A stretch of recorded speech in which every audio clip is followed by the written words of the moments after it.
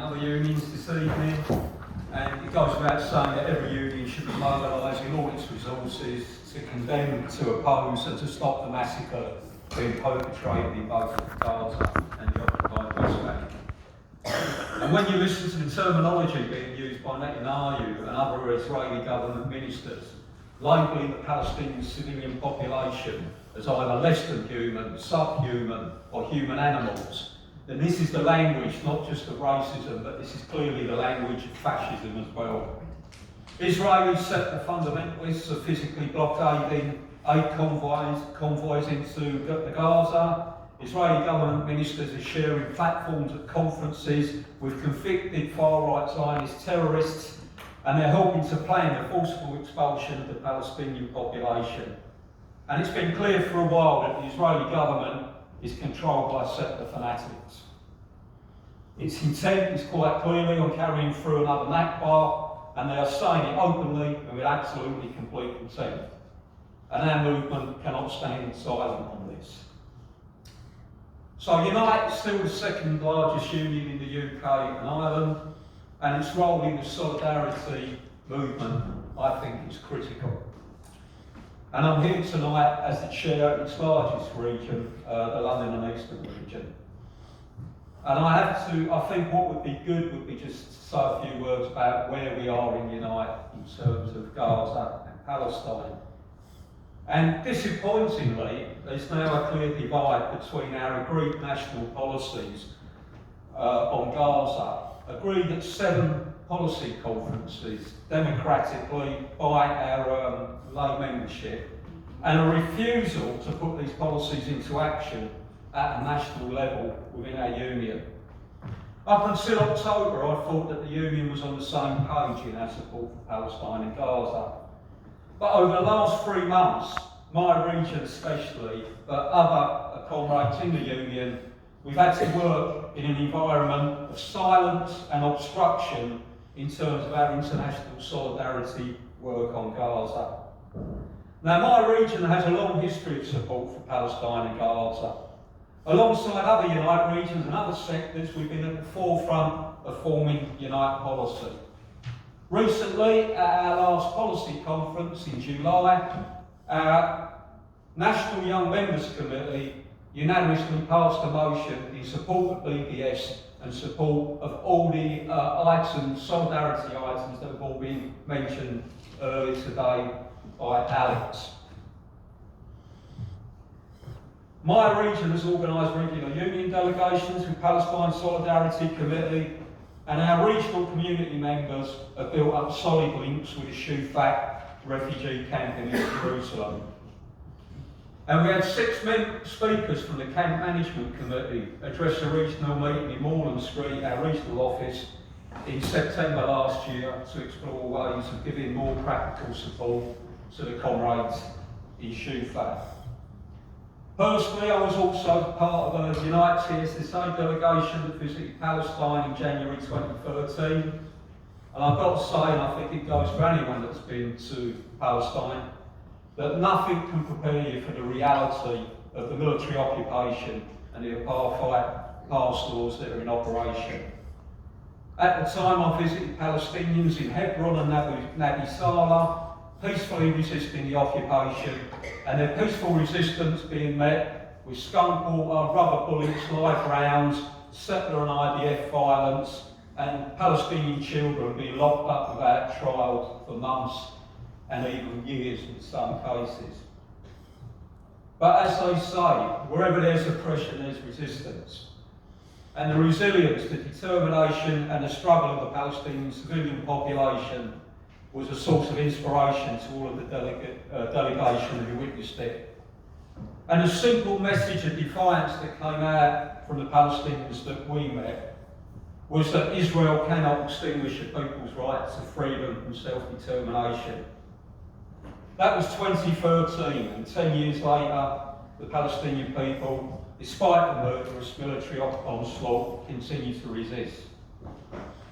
And my region's support is not exceptional. Every region, every nation has mobilised in a similar fashion and has supported Palestine and Gaza. But things in Unite have changed. The first Unite statement released on our national website seemed to equate the oppressed with the oppressor. A second EC statement was much better and called for a ceasefire. But since that last statement on the 3rd of November, over 20,000 more Palestinian civilians have died in Gaza and the occupied West Bank. And on the General Secretary's, what I believe to be misguided advice, our Executive Council paused its affiliation to stop the war. And this was at a time when solidarity groups in the UK needed to every sinew of our trade union movement to support them, stop the war, and to support them in their support for Palestine and Gaza. Our General Secretary, Sharon Graham, has imposed a policy not just of ignoring our democratically agreed policies on Gaza, but of suppressing attempts to mobilise effectively for Gaza. There have been no national speakers at the PSC protests in London over the last 3 months. There are no calls on our website to mobilise for those demonstrations or indeed to support any of the initiatives that we've been hearing about today. And there's no record of our conference decisions on our national website either. Also, there's an expectation that employees will not speak alongside the other General Secretaries at national rallies and marches for Gaza. Now, when the London and Eastern Regional Secretary, Peter Kavanagh, informed the General Secretary Department that he would accept the invite from PSC to stop the war to speak at the 13th of January, March, he received a verbal message strongly advising him not to speak, and that was from the General Secretary's Department. Peter acknowledged the advice, but he confirmed he was going ahead, and he became the first leading figure of Unite to speak in front of 300,000 Americans. 3 months after October the 7th. Many of our Unite branches and our regions and in our nations, in our industrial sector committees, have sent motions to the Executive Council. They've also mobilised from the bottom up in support of Gaza. I'd like to highlight 2 branches in my region, our Doctors in Unite branch and our activists at St Mungo's Housing branch, both active in many solidarity events in London.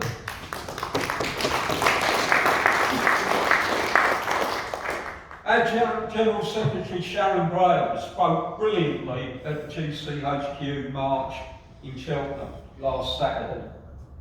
She often speaks of doing what it says on the trade union tin. And of course, wages and terms and conditions are on that tin. But so is fighting racism, and so is international solidarity.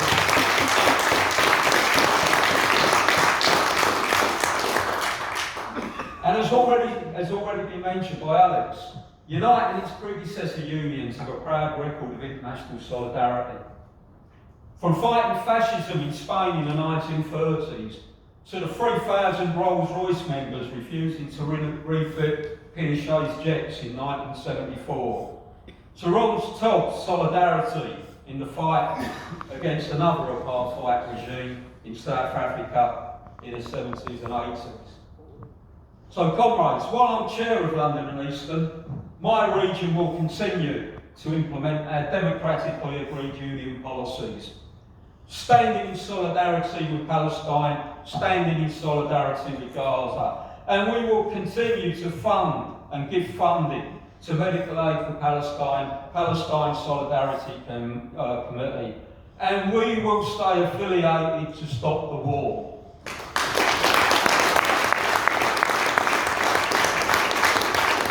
So at the moment, our region is not being allowed to send out callings to mobilise through our branch secretaries' contact lists on Gaza or on other issues. But we'll continue to call for support for the demonstration and other forums. We have our banners proudly displayed and we continue to move and support motions calling on the General Secretary to implement our agreed policies. As I said previously, our General Secretary made a great speech at Cheltenham, speaking about struggle and speaking about solidarity. She called my union the vanguard. So I would say to Sharon right now, let's do what it says on the vanguard team. Let's lead from the front on Palestine, and let's mobilise our resources for Palestine and Gaza.